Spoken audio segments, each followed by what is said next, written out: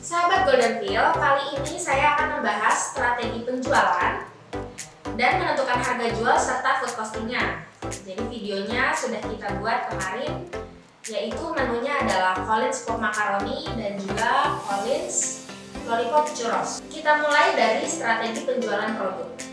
Ada beberapa hal yang harus diperhatikan. Yang pertama ini adalah menentukan target market atau segmen pasar. Yang kedua, menentukan varian. Yang ketiga, menentukan kemasan. Yang keempat, strategi atau cara pemasaran produk. Dan yang kelimanya ini adalah menentukan harga. Kita akan membahas satu persatu secara lengkap. Dimulai dari menentukan target market atau segmen pasar. Setidaknya ada 3 hal yang perlu diperhatikan, yaitu pertama usia, yang kedua kelas ekonomi, yang ketiga lokasi konsumen yang menjadi target pasar.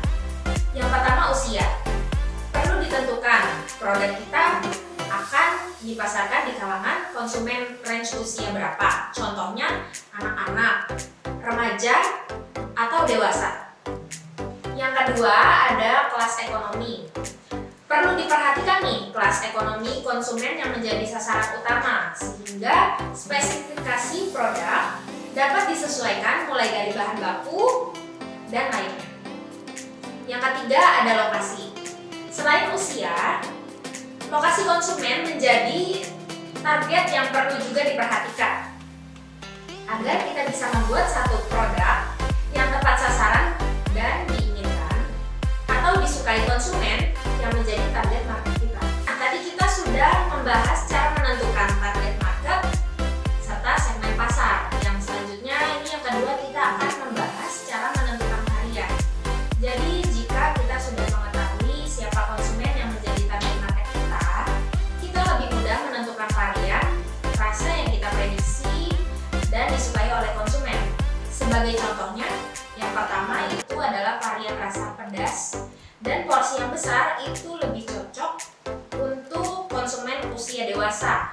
Dan yang kedua ini ada varian rasa modern dan kekinian, itu lebih cocok ditargetkan ke konsumen usia remaja dan berlokasi di kota besar. Nah, tadi kita sudah membahas cara menentukan varian. Selanjutnya yang ketiga adalah menentukan kemasan. Yang pertama, kemasan perlu disesuaikan dengan target market dan varian dari produk sehingga sesuai dan menarik.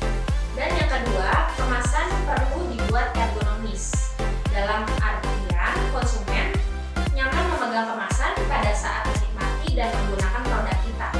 Dan yang ketiga, desain kemasan perlu dibuat semenarik mungkin dan unik yang bahkan bisa menjadi ciri khas produk. Tentunya kita sudah membahas cara menentukan kemasan.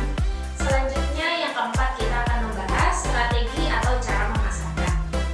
Ada 2 cara untuk memasarkan produk, yaitu secara konvensional dan secara online.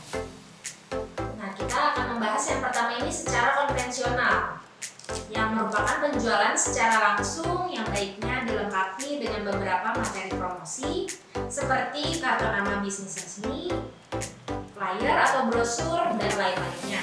Yang penting dilakukan juga adalah menjalin relasi atau networking yang baik dengan orang lain untuk mendapatkan peluang produk kita direkomendasikan orang lain atau pihak lain. Selanjutnya secara online, untuk bisnis kecil maupun pemula yang tidak memiliki dana atau budget khusus untuk memasarkan produk, tetap dapat memaksimalkan produk dengan melakukan hal-hal sebagai berikut. Di antaranya, yang pertama, buat akun khusus untuk produk. Jangan hanya menggunakan akun pribadi dalam memasarkan produk, tapi perlu membuat akun khusus dengan nama atau brand produk. Selanjutnya, rutin posting atau upload materi baru baik berupa foto, gambar, maupun video yang berkaitan dengan produk.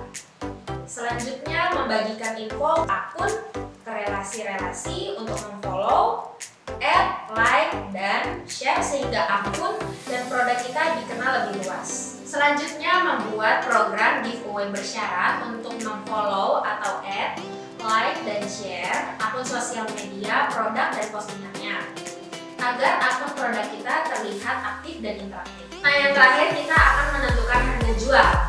Jadi beberapa hal yang perlu diperhatikan dalam menentukan harga jual, di antaranya yaitu sudah mengetahui biaya pembuatan satu produk hingga jadi. Lalu menentukan margin atau selisih keuntungan, baik persentase maupun angkanya. Dan selanjutnya sudah mengetahui target untuk market siapa kalangan konsumen yang menjadi sasaran penjualan produk. Ada atau tidaknya program marketing yang membutuhkan budget juga perlu diperhitungkan dalam menentukan harga, karena harus dihitung saat penentuan harga jual. Setelah semua informasi tersebut lengkap, maka lebih mudah bagi kita menghitung harga jual sebuah produk. Untuk lebih jelasnya akan dicontohkan bagaimana cara menghitung food cost, presentase keuntungan, dan harga jual. Kali ini akan dicontohkan menghitung food costing menu Collins Pop Macaroni untuk mengetahui harga jual ideal. Untuk mengetahui harga jual, kita perlu menentukan dulu persentase food cost atau biaya dasar pembuatan, dan juga biaya-biaya lain yang timbul hingga produk siap untuk dijual. Dan pada umumnya ada 4 hal yang perlu dihitung atau dikalkulasi dalam menentukan harga jual, yaitu yang pertama ada food cost atau biaya dasar atau bahan baku pembuatan. Yang kedua adalah salary atau gaji karyawan. Yang ketiga biaya lainnya. Dan yang keempat menentukan margin atau selisih keuntungan. Baru kita bisa menentukan harga jual dari satu produk. Nah, selanjutnya kita akan membahas bahan baku atau food cost. Nah, di sini pada umumnya biaya bahan baku maksimal 40-45% untuk makanan dan 25-35% untuk minuman, dan dijadikan patokan awal untuk menentukan harga jual. Sebelum menghitung harga jual, harga bahan baku dinaikkan atau di-markup terlebih dahulu nilainya sebesar 10% untuk mengantisipasi resiko Q faktor yang terjadi pada bahan baku seperti spoil atau rusak atau kadaluarsa. Bagian bahan baku yang tidak terpakai contohnya kulit telur, bahan yang menempel pada kemasan, lalu kulit ujung batang dan akar pada sayuran dan buah. Dan ada juga menaikkan harga bahan-bahan untuk meminimalisir cepat berubahnya harga jual karena faktor kenaikan harga bahan. Selanjutnya kita akan membahas masalah gaji karyawan atau salary.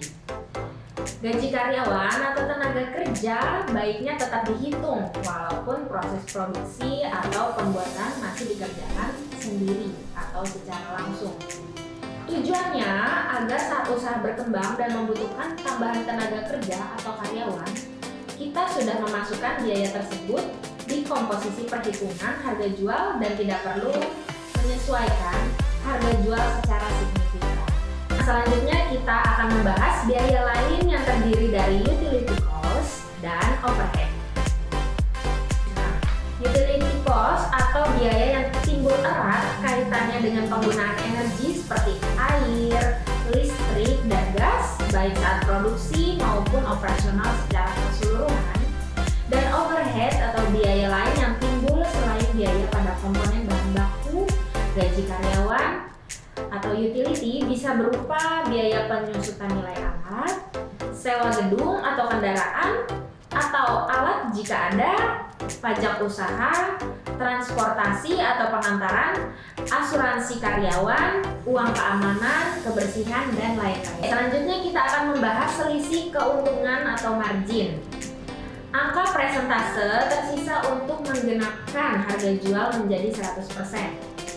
Dan ini merupakan persentase keuntungan bersih yang didapat.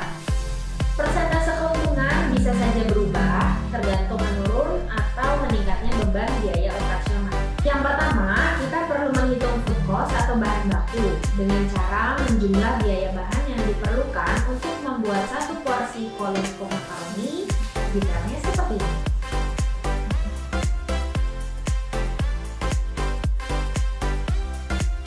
Setelah kita mengetahui angka food cost atau atau biaya bahan baku, kita menghitung harga jualnya. Kita bisa menggunakan rumus yang mudah, yaitu kita tentukan dulu persentase bahan baku terhadap harga jual. Kali ini saya tentukan food cost-nya itu 40% terhadap harga jual. Jadi perhitungannya seperti ini.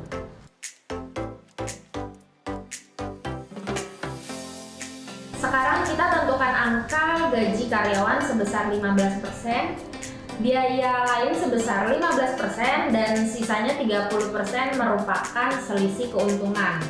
Jadi untuk lebih detailnya bisa dilihat di tabel berikut ini.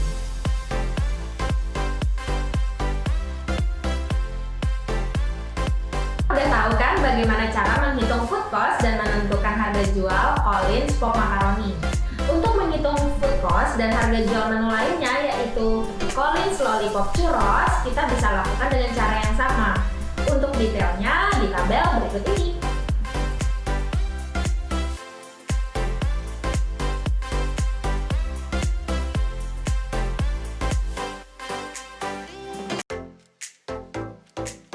Itu dia tadi pembahasan kita mengenai strategi penjualan dan cara menghitung food cost dan menentukan harga jual dari suatu menu. Semoga bisa berguna bagi sahabat Golden Field dan menambah informasi untuk mengembangkan usahanya agar lebih maju. Ikuti terus sosial media kita di Instagramnya @goldenfield, Facebook Prima Rasa Abadi, dan YouTube-nya di Golden Field Channel. Dan jangan lupa ceriakan kreasimu bersama Collins Place.